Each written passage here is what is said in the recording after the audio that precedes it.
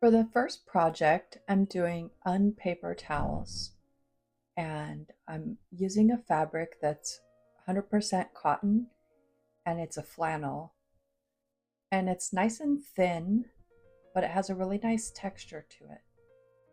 And I bought a very large bolt of this because I saw that some of the reviews people said that they use it for other things like batting for a quilt.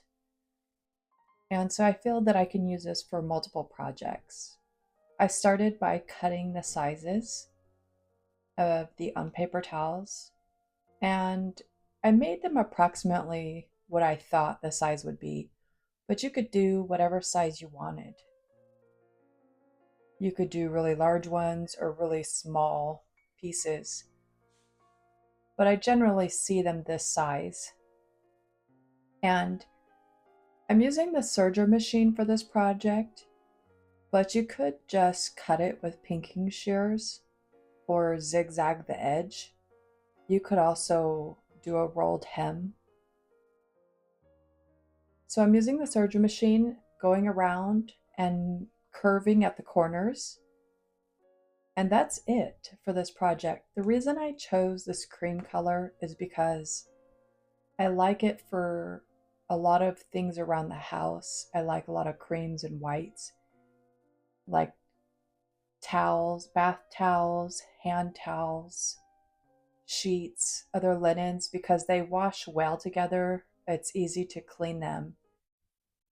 However, though, I do like some prints, and one of my favorite is Buffalo Plaid in the black and white. And it's very farmhouse. It's also sometimes French country or could be cottage. This fabric has a bit of a flannel on one side and a little more almost canvas feeling on the other side. And what I'm making here is like a small hamper bag for storing the dirty unpaper towels or other rags or linens. You could hang it on the inside of a kitchen cabinet or something like that. I am going to line it.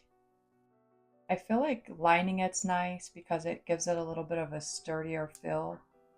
However, though, you might use a thicker fabric where you don't need to line it. I started by measuring out about a yard. You can vary the size, bigger or smaller. You could do a really, really large one and do a laundry hamper bag that way.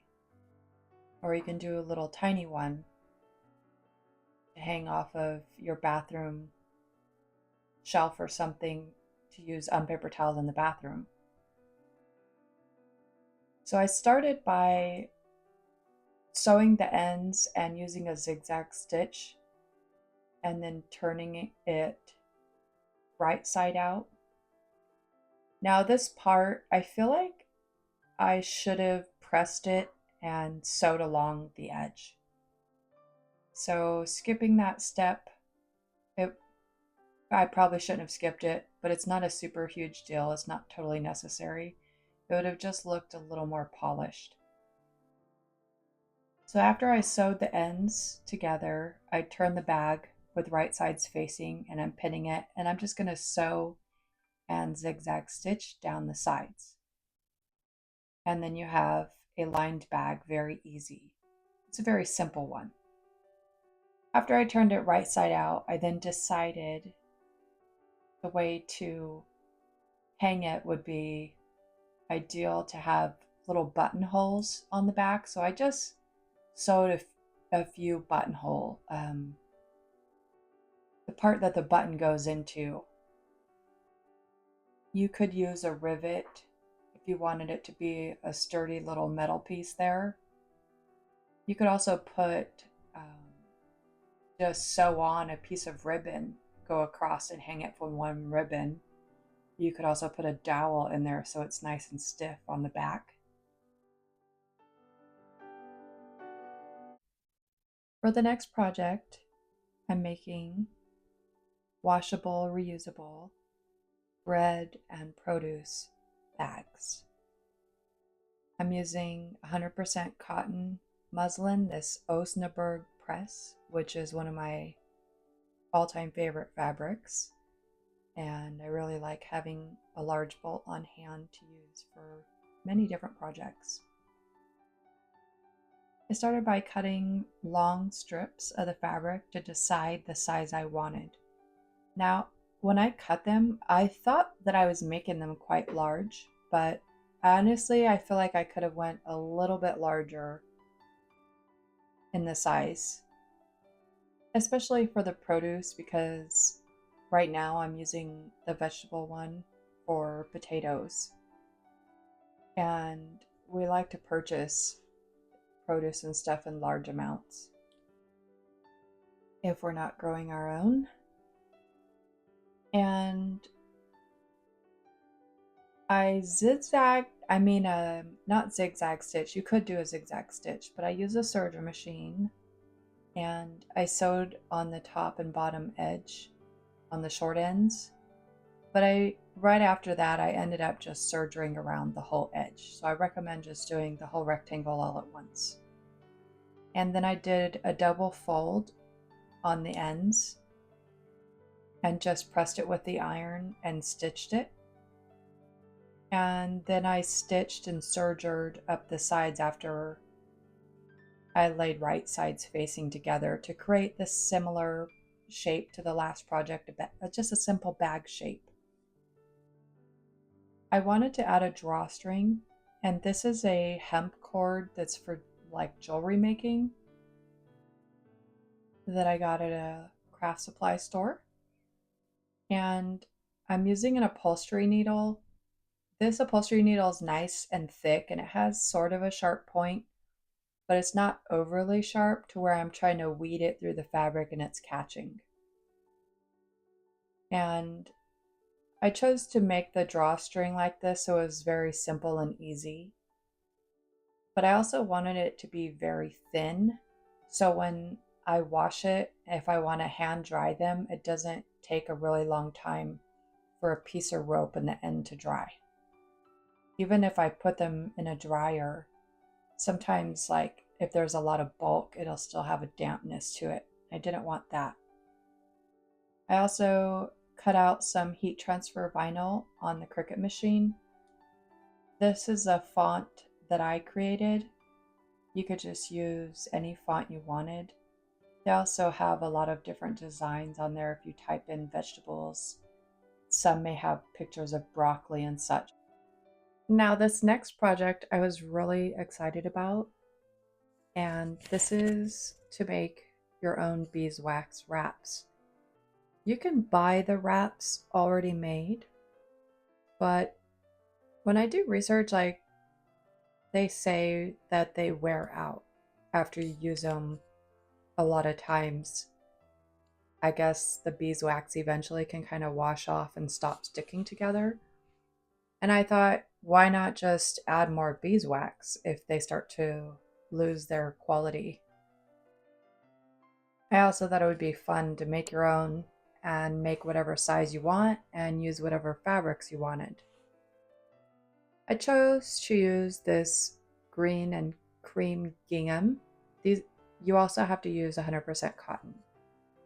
And this other one is a cotton muslin and it's tighter weave. So I started by using a wool ironing mat and I'm covering it with a bag that's left over from a shipping item. And then I'm using baking paper, like a parchment paper.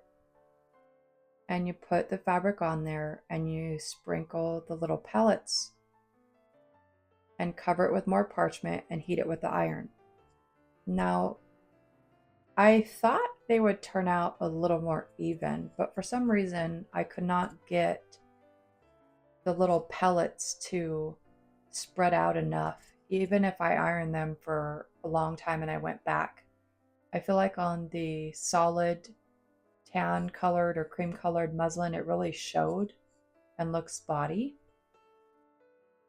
I really don't mind it, but I think it would be better if you pre-melted them in a double broiler, or maybe even you could microwave them or something, and then pour it on and maybe further iron it to get it even. But I really enjoyed making that project. It didn't actually require sewing, and there was lots left over. And this last project is hot pads. I wanted to make them in a farmhouse style, but you could use whatever fabrics you wanted. This is Insulbright. I ordered this because I thought it would be nice to have the proper material to really dissipate the heat. And I did some research and ordered this one off of Amazon. And also, it's like a lot in that bag that's going to go like really far. So I could make other projects with it. There's also a cute little pattern for an oven mitt. I'm not super fond of oven mitts. I mostly just like to use the hot pads. But when I was reading some reviews on Amazon on other hot pads, they said that they were very thin on some of them, just random different ones I was looking at on there. But some of the people would say they were very thin and they felt like they needed to double them up. So what I did here was doubled up the layer of that protective layer. So they're extra thick for your hands or for on the table. And I cut out the squares at about 8.5 inches. And then I made some bias double fold tape by cutting on the diagonal. And you can see that it's really easy to make. Just iron it down in half, unfold it, and you meet the ends to that.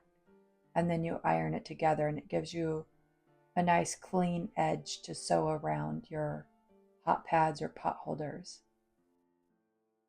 I like this fabric because it's farmhousey, a gingham, and the other one's a charcoal ticking stripe.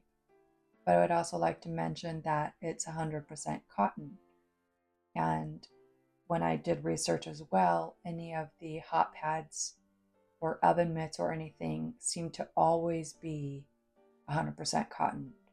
I feel like all of the projects I mostly used cotton for.